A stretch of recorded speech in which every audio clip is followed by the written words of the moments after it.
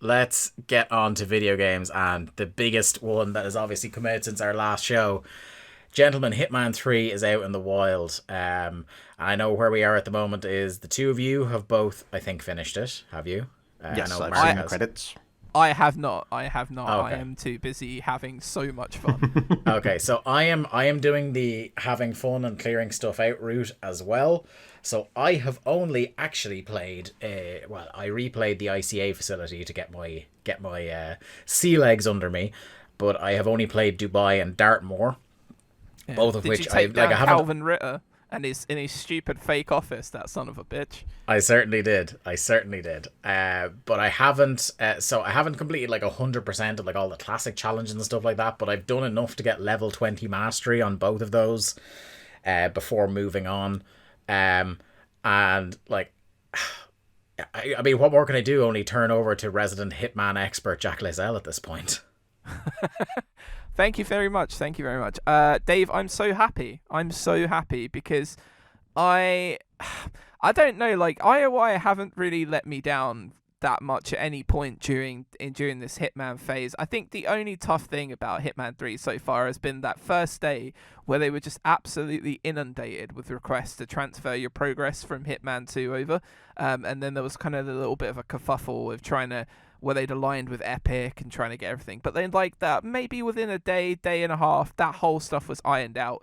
And everyone was just playing the game, and the game's so good. It's exactly what I want it to be, which is more Hitman in, adding some little flares and flourishes, making it look a little bit better, making some interesting design choices, and the new levels. So the three that I've made my way through so far, Dubai, Dartmoor, and Berlin, are just fantastic for completely different reasons. Dubai. The idea that somebody is playing Hitman for the first time and they have this whole amazing sequence of like a parachute drop into like the top of the tallest building in the world, and then they go straight in and you walk through and you're in your suit and you walk up the stairs and there's this like vast like open glass and gold covered thing, and it's welcome to the Burj Al Ghazali, and it's just this massive epic wide expansive like showroom of like all of the richest people in the world, and the sheikh at the head of it, who you can hit with a gold bar if you want to for a challenge, just beating him straight in the face. But like that, it's the level of epic grandeur that they managed to like convey with Dubai, and it's the first thing you're seeing in the game, and I'm just like, they fucking nailed this, man. Paris is incredible. Like, so if you go like the first level in every Hitman, right? Paris is incredible because it gives you the idea about how Hitman works, how the buildings work, how you can find ways through. Different disguises get you further up the building to get to different targets, etc. Hitman 2 kicks off with Miami, which is just like, it's everything that you want it to be, in that it's over the top, it's wacky, but it has some really, really, interesting targets in the way that you eliminate them, and it just has such a massive area to explore. And Dubai is just, it's brilliant. It really is brilliant. And then, like, the hits keep coming. Dartmoor is just fucking incredible.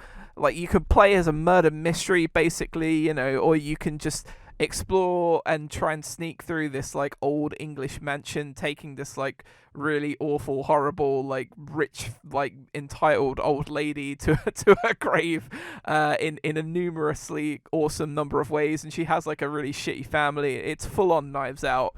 And just so much fun that you can have with it, and it's just it's one of the things that they do so well, where you've got something as grandiose as Dubai, and then something that's a little bit more claustrophobic almost in this mansion. You've got like the one building that everything takes place in, and neither of them manage to feel like better or worse, and they just are like really awesome, well-designed levels. And then Berlin, when you come to it, Dave, it's just this massive underground rave in like an old abandoned factory, and the area around it is so huge. Like I the first couple of times I played it, I just do not know my way around it at all yet. It's trying to get my head around it. And you can do everything from like knock out a DJ and take his place, to find a nearby radio tower and snipe all of your targets and finish them off like that. Like there's so many different approaches to the way that you can take targets out. They've really made the sniping like more of a possibility and stuff this time around, even though I've never really liked playing Hitman as a sniper. I like the up and close personal kills because they're always way funnier and more interesting to do. But yeah, it's what I wanted it to be, which is more Hitman, but slightly more polished or with different ideas. And it's great. What more can I say? What more do I need to say? What do you guys think?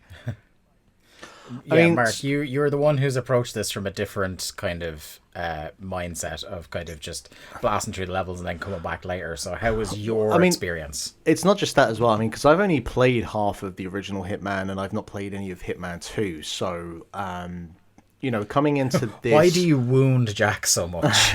It doesn't help. Do you know the best part is, though? You can, if you wanted to now, you can go and play the Hitman 2 levels and they're all fucking cool. So you can check those out. Built into the game. How many games do this, by the way? The only one that I could think of, like, as a really obvious example is, like, you finish Gold and Silver Pokemon, the original games, and then you can go play all of the gyms from Pokemon Red and Blue and Yellow, right? Like, that's awesome. Hitman, to incorporate all of the previous games and house them under one thing. And I'm pretty sure I still have to go and buy Hitman 2. Like, those levels aren't available to me. You do, but like if you did own those previous games, you can. Yeah, of course. But I don't really think there are any other games that have anything like that. But there aren't many games that have the flow or like the system in place that Hitman does. It's basically a whole bunch of episodic content, and obviously that changed with Hitman 3. But, the way that they release those levels, there aren't many games that have that system in place. So it does make sense in the grand scheme of things why it is the way it is.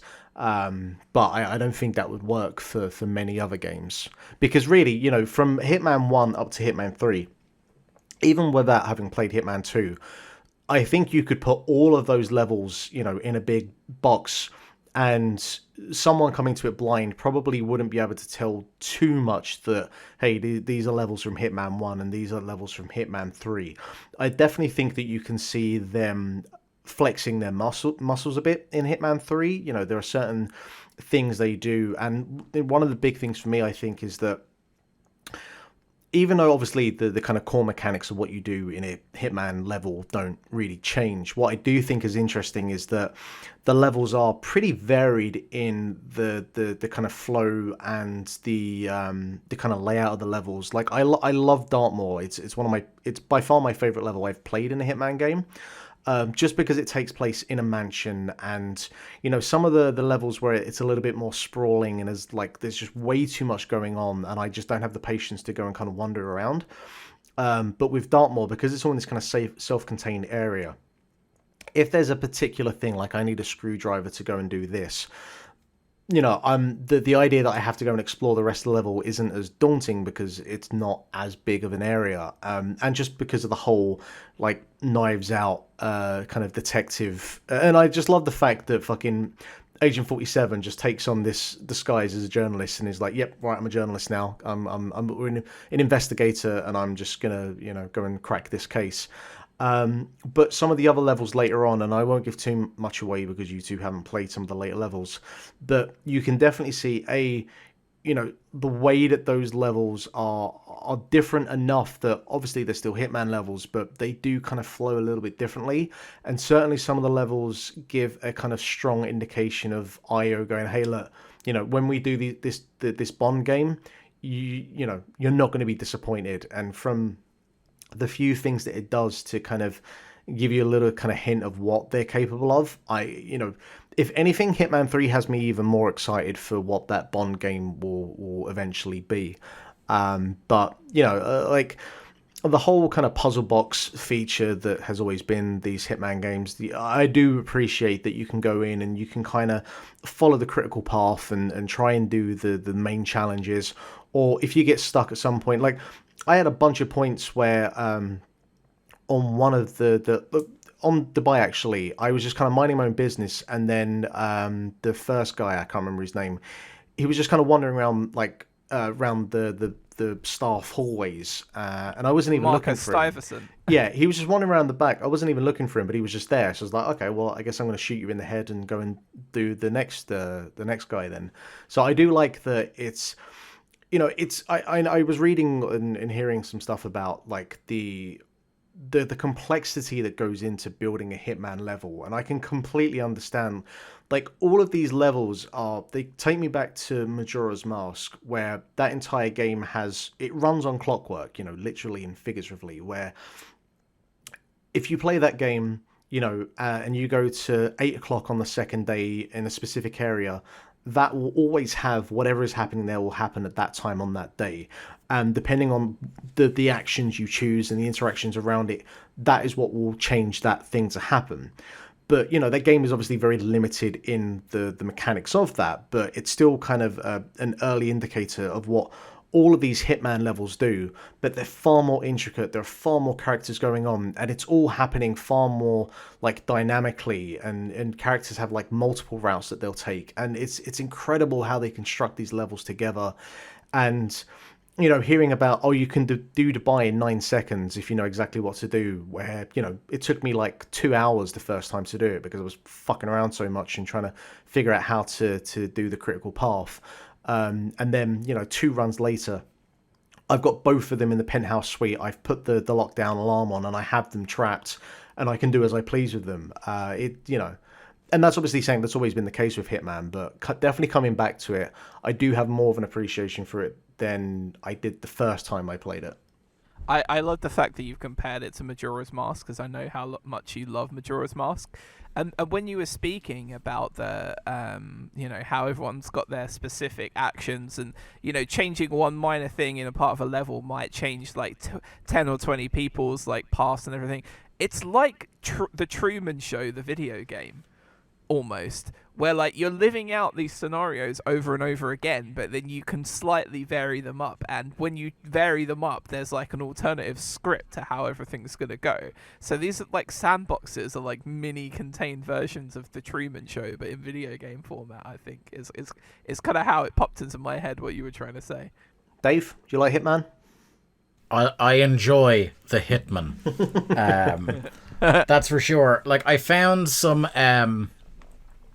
so I think both levels have been brilliant so far. I found it a little more thinking went into hitting my level 20 mastery on Dartmoor. Because I think there are so many challenges and opportunities and weird things in Dubai that I found myself hitting level 20 without really having to think about it. But in Dartmoor, I was like trying to strategize how to stack those challenges to get as many of them in one run as possible. There's some really cool stuff you can do in Dartmoor as well that's like really elaborate, and I think Dartmoor is more of a reward for the patient Hitman player that would be willing to set certain things up that may not come into motion for 10 or 15 minutes. There's definitely a couple of opportunities there, without again spoiling things before Mark goes back and clears out different levels.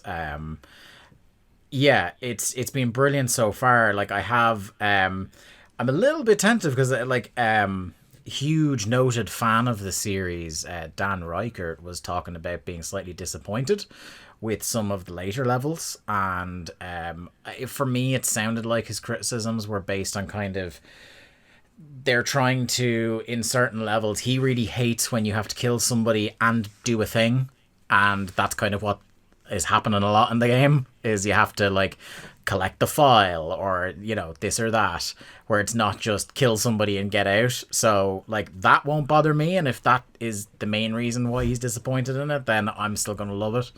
I don't find, when it asks to do that, I don't find any of that in any way like intrusive of the kind of core Hitman gameplay.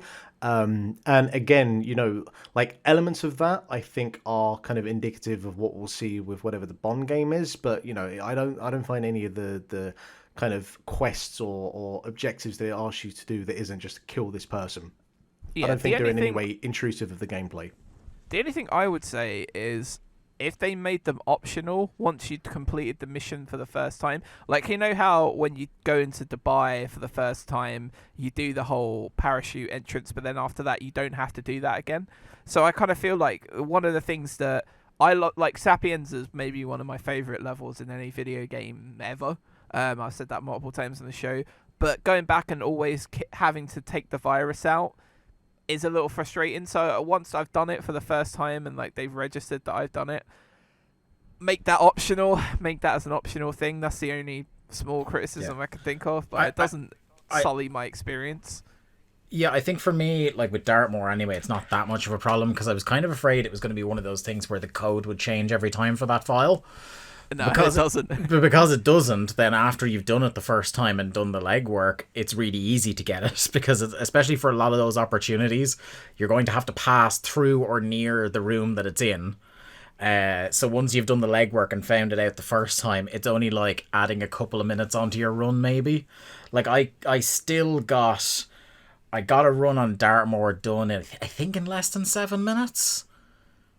And like that's it's only one house, but it's a big fucking house. So yeah, it hasn't been annoying to me yet. And the kind of I think of the last level on Hitman 2, which not spoiling for it, but the thing you have to do there, I think added to the challenge for me in a nice way. Yeah, and again, that's optional, right? So to me, that's better. It's like you can either do that at the end of it or you can just let it go. And if you do it, it might improve your score. But if you can't be asked because you've done 5 playthroughs already and you just wanted to do it because you wanted to kill someone by knocking a moose head onto them or something, and that was a challenge you wanted to complete, you just skip it. As what's great about the optional bit in Whittleton Creek and 2 as well is that you have to find info, but there's actually multiple different areas where you can pick up that info, so it's not like so out of the way that you won't find any of it or that'd be particularly annoying. There's plenty of opportunity. So Hitman, it's very good and we'll probably be talking about it for a few weeks yet. I will say that I was about 20 minutes into the buy and I got to the bit where you are in that server mainframe and you have to rearrange the meeting times. Yeah. It took me a good half an hour to figure out what exactly it wanted me to do there because it was in no way kind of obvious and I died several times at that point. There's only so many times where you lock yourself in and hide behind the server before you realise you must be doing it wrong. Yes. I got it straight away because... Oh, here he is, Billy Big Bollocks. But Lucas Gray comes on the thing and he's like 40. By the way, Lucas Gray has like the deepest, most like sultry voice. I can't actually believe that guy's voice because there's a really good interview on YouTube of all of the voice cast who'd never actually met each other, which is quite amusing. And they talk about their careers. And the guy that plays Lucas Gray just doesn't sound like that at all. Like, it's an incredible voice he puts on. But he says, look around 47. Is there anything different about what you've seen? And then you look at all the 4 server cabinets and then it's very obvious without giving it away that there is a difference on one of the server cabinets. But I think it's just because I've played so much goddamn Hitman at this point that when it gives you something like that, then you really have to observe it. It's kind of like, the code for the safe in Dartmoor. They have the symbols, and then you go around the room and see the symbols and the numbers near them that correspond to it and stuff. Kind of like, the foreshadowing and say like a Scorsese and The Departed with the X's or something. There's just, when you play a dumbass amount of Hitman like I have done, these things they're in your brain. So yeah, I know Billy Big Bollocks. I'm just an obsessive, basically.